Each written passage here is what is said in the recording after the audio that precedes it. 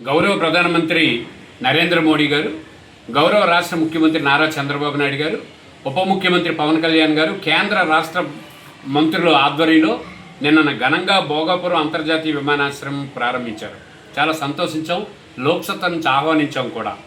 అయితే ఇక్కడ చిన్న పొరపాటు జరిగింది. ఈ పొరపాటు విజయనగరం జిల్లా ప్రజల మనసును గాయపరిచింది. మొదటి నుంచి రాష్ట్ర కేంద్ర ప్రభుత్వం చెప్పింది భోగాపురం అంతర్జాతీయ విమానాశ్రయం అని పేరు చెప్పారు. అందుకే భోగాపురం విజయనగరం జిల్లాలో ఉన్న ప్రజలు భోగాపురం ప్రాంతంలో భూములు ఇచ్చారు. 2750 ఎకరాలు ఎందుకు ఇస్తారు? వాళ్ళ పిల్లలకు ఉద్యోగాలు వస్తాయని, మా పేరు పెడతారని, విజయనగరం జిల్లా కీర్తి ప్రతిష్టలు ప్రపంచంతా వెళ్తాయని ఇచ్చారు.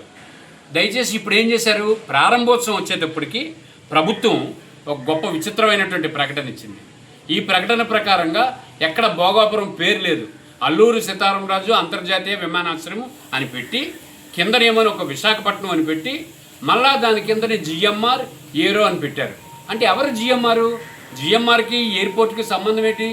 జిఎంఆర్ ఏమైనా భూములు ఇచ్చారా? ఆయన వ్యాపారస్తుడు, అది ఇంటర్నేషనల్ ఎయిర్పోర్ట్ ఆయన కట్టాడు. మరి భూమినిచ్చిన రైతు పేరు, విజయనగరం జిల్లా పేరు, విజయనగరం కీర్తి ప్రతిష్టలు ఎక్కడున్నాయి? విజయనగరం లోగో ఉందా కనీసం? మరి ఇదేం పద్ధతి? విజయనగరం జిల్లా ప్రజలందరూ బాధపడుతున్నారు. జిల్లా ప్రజల్ని రాష్ట్ర ప్రభుత్వం, కేంద్ర ప్రభుత్వం అవమానించింది. దీనికి సమాధానం చెప్పాలి నాయకులందరూ, అధికారులందరూ, పాలకులందరూ. కేంద్ర విమానయాన శాఖ మంత్రి కింజరాపు రామ్మోహన్ నాయుడు గారిని, ఇక్కడ ఉన్నటువంటి రాష్ట్రంలో ఉన్న పెద్దలందరినీ అడుగుతున్నాం. ఇక్కడ జిఎంఆర్ పేరు రాసి ఆ పక్కన భోగాపురం అని పేరు రాయడానికి మీకు వచ్చిన ఇబ్బంది ఉంది? విశాఖపట్నం పేరు ఎందుకు పెట్టారు? అసలు ఈ లోగో ఒకవేళ పెట్టాలి, మరో లోగో పెట్టకూడదు అనుకున్నప్పుడు పక్కనే Bhogapuram international airport, Alluri Sitaramaraju airport అని పెట్టినప్పుడు భోగాపురం అని పేరు పెట్టడానికి మీకు వచ్చిన ఇబ్బంది ఏంటి? ఎవరు చెప్పారు ఈ ప్రక్రియ? అందుకనే లోక్సత్తా రాష్ట్ర అధ్యక్షుడిగా నేను కోరుతున్నాను, రాష్ట్ర ప్రభుత్వం వెంటనే తగిన వివరాలు ప్రజలకు చెప్పాలి. లేకపోతే దీన్ని ప్రజా ఉద్యమంగా మలుస్తాం. ఇది చాలా పొరపాటు.